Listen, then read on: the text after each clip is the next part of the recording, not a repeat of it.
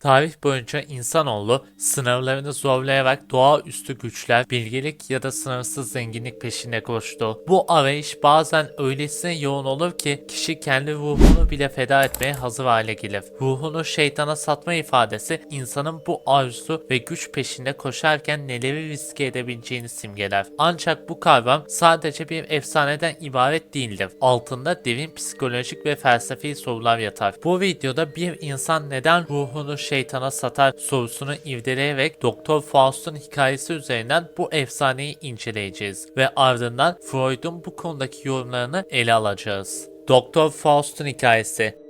Doktor Faust ilk olarak 16. yüzyılda Almanya'da ortaya çıkan bir efsanevi karakterdir. Goethe ve Christopher Marlowe gibi büyük edebiyatçılar tarafından işlenen bu hikaye insanın bilgi ve güç arzusunu en uç noktalara kadar taşır. Faust yaşadığı dönemin en bilgin insanlarından biridir. Astronomi, simya, tıp gibi birçok alanda derin bilgiye sahiptir. Ancak ne kadar çok bilgi öğrenirse öğrensin, ne kadar güç elde ederse etsin içindeki boşluğu dolduramaz.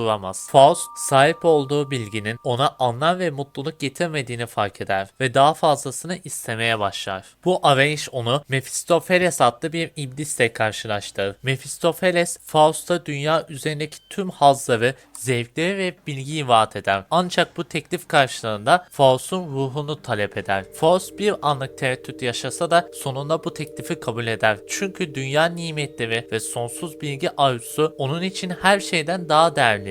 Faust'un yaptığı anlaşmayla insan ne kadar kırılgan ve tatminsiz olduğunu gözler önüne serer. Ancak bu anlaşma onu sonsuz bir mutluluğa değil, daha büyük bir karanlığa sürükler. Faust'un hikayesi insanın kendini bilme arzusu, hırslarının sonunda nasıl bir felakete yol açacağını gösteren klasik bir trajedidir. Faust'un hikayesi sadece bir şeytanla anlaşma yapmakla sınırlı değildir. Asıl mesele Faust'un neden bu noktaya geldiğidir. Bilim ve bilgi arzusu Faust'u tatmin etmez. Her şeyi öğrenmek ve her şeye sahip olma istemesine rağmen içindeki boşluğu dolduramaz. Bu boşluk Faust'un ruhsal sorunlarını yansıtır. Hayattaki bu tatminsizlik onun şeytanla anlaşma yapmaya iten en büyük etkendir. Ancak Faust'un yaşadığı sorunlar bireysel düzlemde insan doğasının evrensel bir yansımasıdır. İnsan doğası gereği hep daha fazlasını istemeye eğilimlidir. Güç, bilgi, para veya statü bireylerin arzuladığı hedeflerdir. Ancak bu arzular genellikle insanın manevi boşluklarını doldurmaz. Aksine onları daha da derinleştirir. Faust'un yaşadığı sorun da bu tatminsizliklerden kaynaklanır. Sahip oldukları ona yetmez. Sonunda ruhunu bile feda etmeye hazırdır. Bu durum insana ne kadar ileriye gidebileceğini simgeler. Ancak Faust'un içsel çatışmaları sadece maddi veya dünya evi arzularıyla sınırlı değildir. Ruhunu şeytana satma aynı zamanda Faust'un kendi ruhsal ve psikolojik sınırlarını zorlamasını temsil eder. Ruhunu şeytana satmak insanın kendi içindeki karanlık tarafıyla yüzleşmesini gerektirir. Bu anlaşma aslında Faust'un kendi ruhsal eksikliğini dışa vurma çabasıdır. Bu yüzden bu hikayede Mephistopheles Faust'un kendi içindeki karanlık arzularını somutlaştırdığı bir figürdür sadece. Sigmund Freud insan zihninin derinliklerine inerek bilinçaltı ve arzular hakkında önemli teoriler geliştirmiştir. Freud'a göre insanların günlük hayatta sergilediği birçok davranışın kökeni bilinçaltındaki bastırılmış arzulara dayanır. Freud'un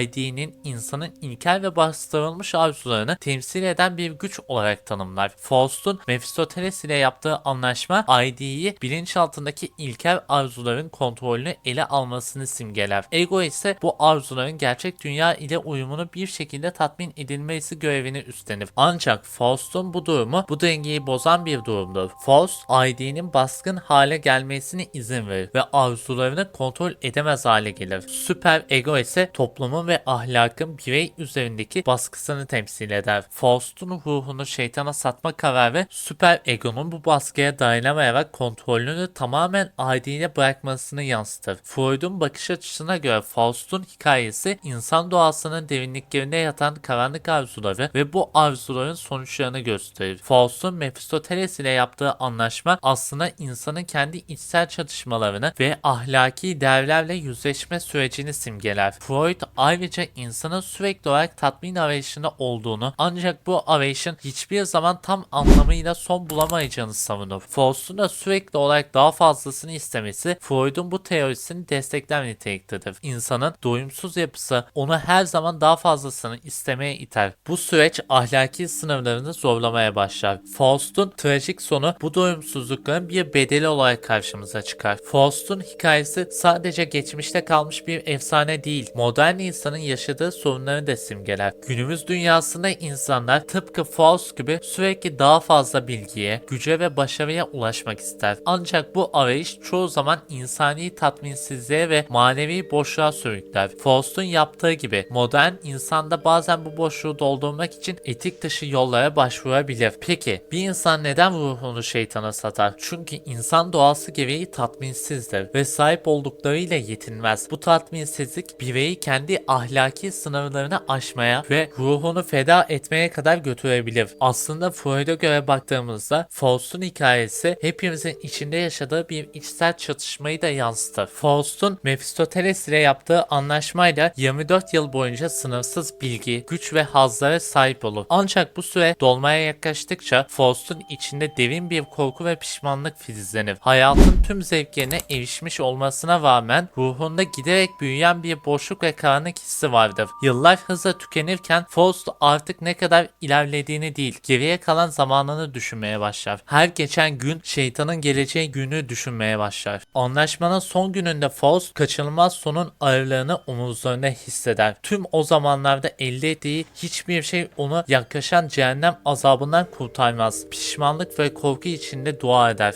Ancak iş işten geçmiştir. Mephistopheles sürenin dolmasıyla birlikte geri döner. Faust'un ruhunu alır. Faust bu anı erteleyememesinin acısıyla yüzleşir. Sonsuz bilgi ve gücün ruhunu satma bedelini karşılamadığını anlar. Sonsuz karanlığa doğru sürüklenirken Faust trajedisi insanın ne kadar ileriye giderse gitsin ahlaki sınırlarını aşmanın kaçınılmaz olarak felaketle sonuçlanacağını gösterir. Faust 24 yıl önce o anlaşmayı yaparken sadece ruhunu değil tüm insanlığını kaybetmiştir.